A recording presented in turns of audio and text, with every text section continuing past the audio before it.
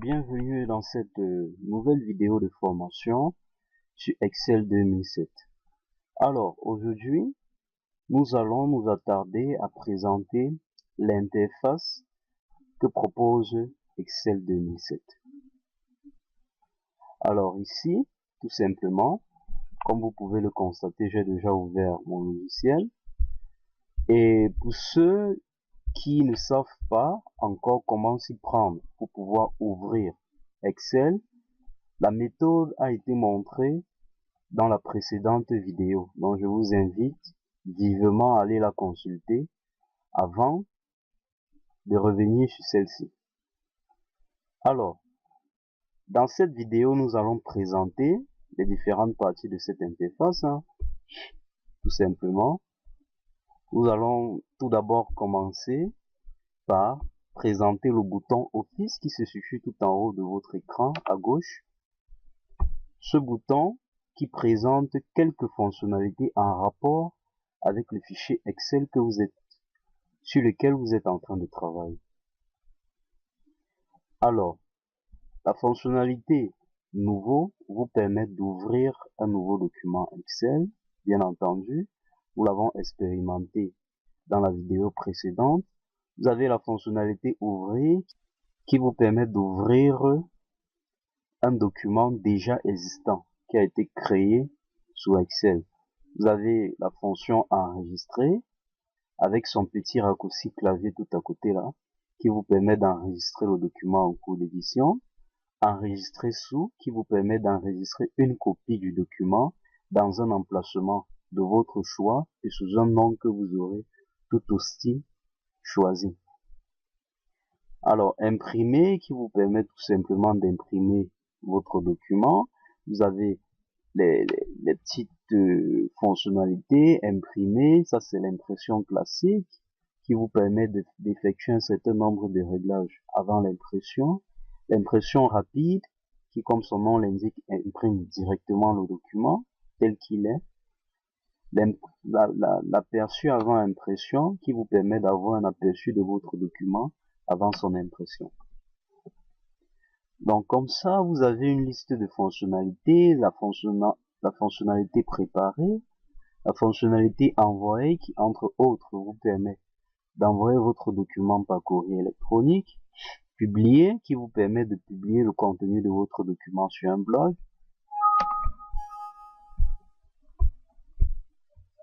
et enfin, la fonctionnalité fermer qui vous permet de fermer le document en cours d'édition. Alors, juste en bas à droite, vous avez deux petits boutons. Quitter Excel, ce bouton vous permet de quitter Excel et quelques options d'Excel. Juste à côté, nous avons la liste des documents récents. Alors, ceci correspond à la liste des documents qui ont été récemment ouverts dans le logiciel. Bon, voilà. Ici, on a fait le tour de ce que peut présenter le bouton Office. Et je tiens à rappeler que ce bouton Office, si vous utilisez Excel 2010, a légèrement changé. Maintenant, ces fonctions sont accessibles plutôt sur le bouton Fichier, qui se situe tout aussi à côté du bouton Accueil, à gauche, plus à gauche. Alors, pour quitter tout simplement, il vous suffit de cliquer sur le bouton. Et là, vous sortez. À côté de ce petit bouton Office là, vous avez une barre d'outils, accès rapide. Et elle vous propose normalement des fonctionnalités très pratiques, accessibles rapidement, des fonctionnalités de Excel. Alors ici, nous avons les outils. L'outil enregistrer, qui vous permet d'enregistrer votre document. L'outil annuler, qui vous permet d'annuler l'action qui vient d'être effectuée, la dernière action. L'outil répéter, ou alors rétablir, qui vous permet de rétablir l'action qui vient d'être effectuée. Et juste à côté là, vous avez une petite icône qui vous permet d'étendre ou alors de personnaliser cette mini barre d'outils. Alors ici, Ces trois outils sont les outils proposés par défaut et qui concernent et qui normalement seront utilisés quel que soit le classeur que vous ouvrez. Et juste là à côté, vous avez la possibilité, je le répète, de personnaliser cette barre d'outils en rajoutant ou alors en enlevant les outils déjà présents dans la barre d'outils. Alors, ici, les outils par défaut qui vous sont proposés sont nouveaux, bien sûr, qui permettent d'ouvrir un nouveau document, ouvrir, enregistrer, courrier électronique, aperçu avec impression, orthographe, etc. Alors, les outils avec une coche à gauche sont des outils qui sont déjà présents. Donc, vous avez juste la possibilité de les enlever. Alors que ceux qui sont sans coche sont des outils qui vous sont proposés mais qui ne sont pas encore présents sur la barre d'outils. Alors, pour en rajouter, il vous faut juste cliquer dessus. Par exemple, je clique sur l'outil Ouvrir qui permet d'ouvrir un document déjà existant. Alors, là,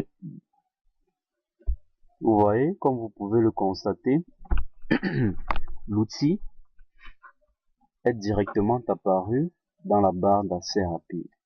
Alors, pour l'enlever, rien de plus simple. Vous revenez dessus et vous recliquez sur Ouvrir. Voilà, l'outil vient de disparaître. C'est comme ça que je peux ajouter ou alors enlever des outils déjà existants. Par exemple, l'outil Enregistrer, je peux l'enlever en cliquant et vous voyez, l'outil a disparu. Pour remettre, vous venez, vous recliquez dessus. Alors, il existe des mini raccourcis clavier qui vous permettent aussi d'exploiter ces fonctionnalités-là. Par exemple, l'outil Annuler. Vous pouvez tout simplement effectuer la manipulation CTRL plus Z pour pouvoir annuler la modification ou l'action que vous venez d'effectuer sur votre classeur. L'outil Répéter ou rétablir, vous effectuez tout simplement la manipulation CTRL plus Y et bien entendu, votre action sera rétablie. L'outil Enregistrer, la manipulation CTRL plus S. Alors, lorsque je parle comme ça, je parle de la touche CTRL, vous la maintenez enfoncée et vous appuyez en même temps sur la touche S, Y ou Z. Bien sûr, il y en a d'autres de raccourcis clavier, par exemple l'outil Ouvrir, CTRL plus O, l'outil Nouveau, CTRL plus N, etc. Impression, CTRL plus P, ou encore orthographe, qui est tout simplement la touche F7. Alors, comme ça là, vous avez une large gamme de choix ou alors de possibilités, tout simplement, de mieux travailler dans ce logiciel. Bien entendu, je ne vous demanderai pas de retenir, comment dire, ces raccourcis clavier là, parce que de toute façon, une annexe vous sera proposée à la fin de cette formation. Alors, comment étendre les fonctions ou alors les outils présents dans la barre d'outils accès rapide? Lorsque vous cliquez sur cette petite icône là, vous avez la possibilité, je vous l'ai expliqué tout à l'heure, de cliquer sur un outil ici pour qu'instantanément il apparaisse là-bas.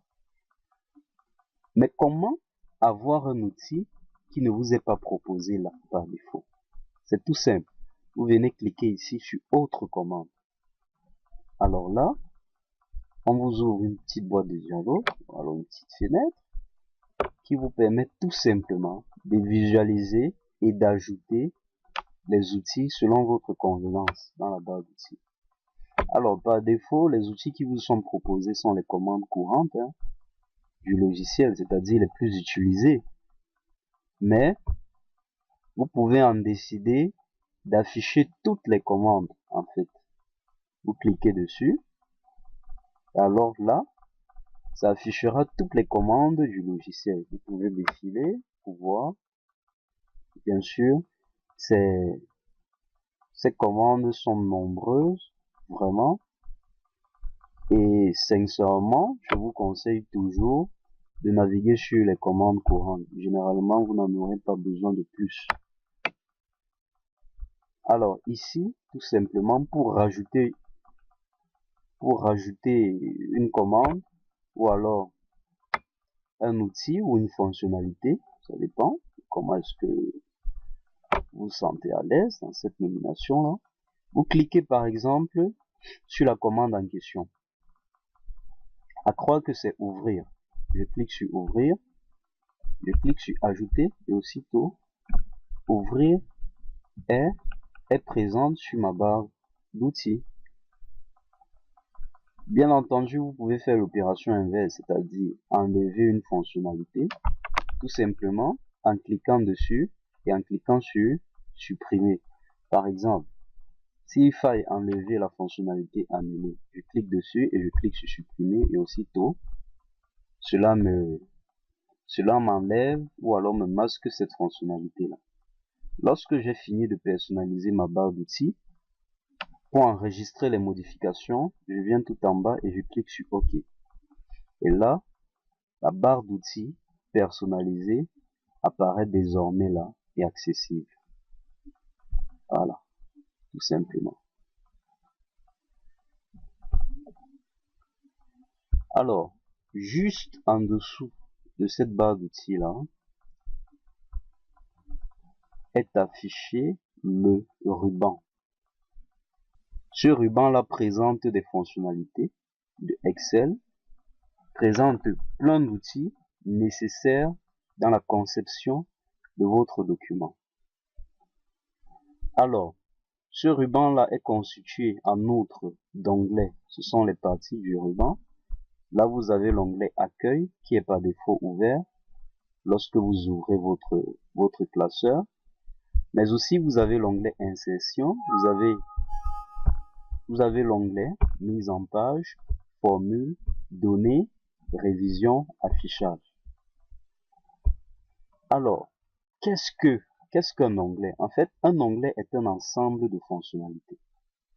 Selon votre besoin, vous serez situé sur un onglet ou un autre. Ces onglets-là sont constitués de groupes d'icônes. En fait, ces groupes-là sont constitués de petites icônes, les unes en rapport avec les autres, et se regrouper par thème. Alors, tout ceci, nous verrons ça plus en détail dans la suite de cette formation.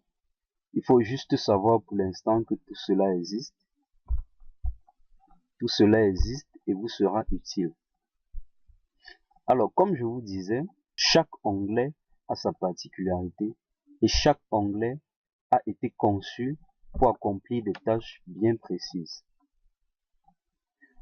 Par exemple, l'onglet Insertion concerne toutes les insertions que vous aurez à faire. Insérer une image, insérer des formes pour les dessins, insérer des images clipart, insérer des tableaux, insérer des graphiques. Donc, ici, tout ce qui concerne l'insertion d'objets se retrouve dans l'onglet Insertion. Tout ce qui concerne de même la mise en page, vous aurez ça dans l'onglet Mise en page.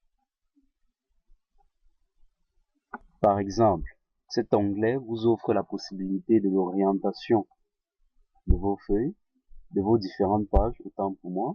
Vous pouvez orienter en portrait ou en paysage, les marges, la taille, et etc.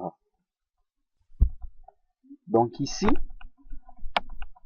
toute cette partie est appelée ruban et rassemble en gros les fonctionnalités de Excel. Elles sont tellement énormes, tellement nombreuses. Et vraiment, ce logiciel est très puissant. Donc, il y a beaucoup de fonctionnalités dont nous aurons à en parler au cours de cette formation. Juste à côté en bas là, vous avez la zone nom. Voilà.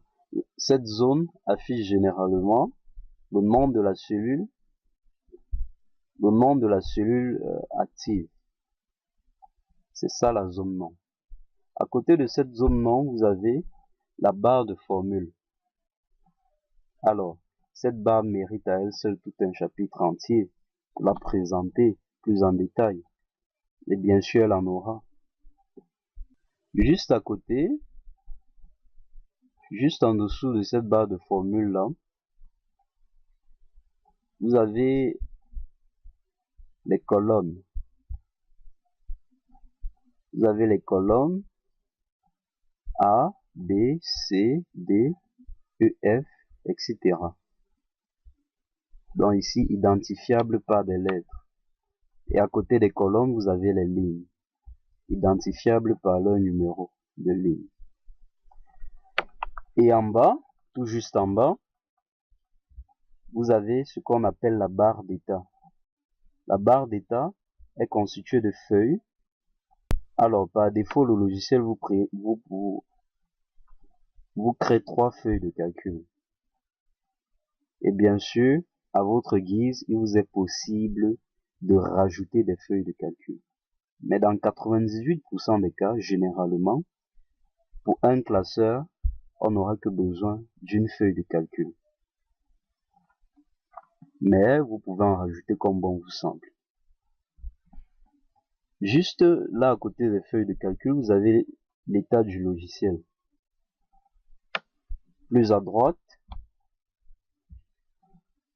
ici, nous avons ce qu'on appelle un ascenseur qui vous permet de naviguer dans la feuille de calcul courante.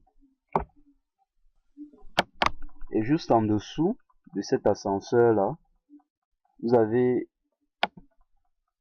les 3 modes d'affichage, les 3 petits icônes là. Vous avez le mode normal, vous avez le mode mise en page, le mode aperçu des sauts de page. Et à côté de ces modes d'affichage là, vous avez le zoom. Donc en gros, voilà l'interface du logiciel présentée dans son intégralité. Bon voilà, nous arrivons déjà à la fin de cette vidéo de présentation de l'interface de Excel 2007. Je tiens à rappeler que cette vidéo est la seconde vidéo d'une suite de vidéos de formation sur Excel 2007 dans le site Learning Online, dont le lien vous sera proposé en fin de cette vidéo. J'espère vivement qu'elle a été très intéressante pour vous et j'espère vous revoir massivement à la suite de cette formation.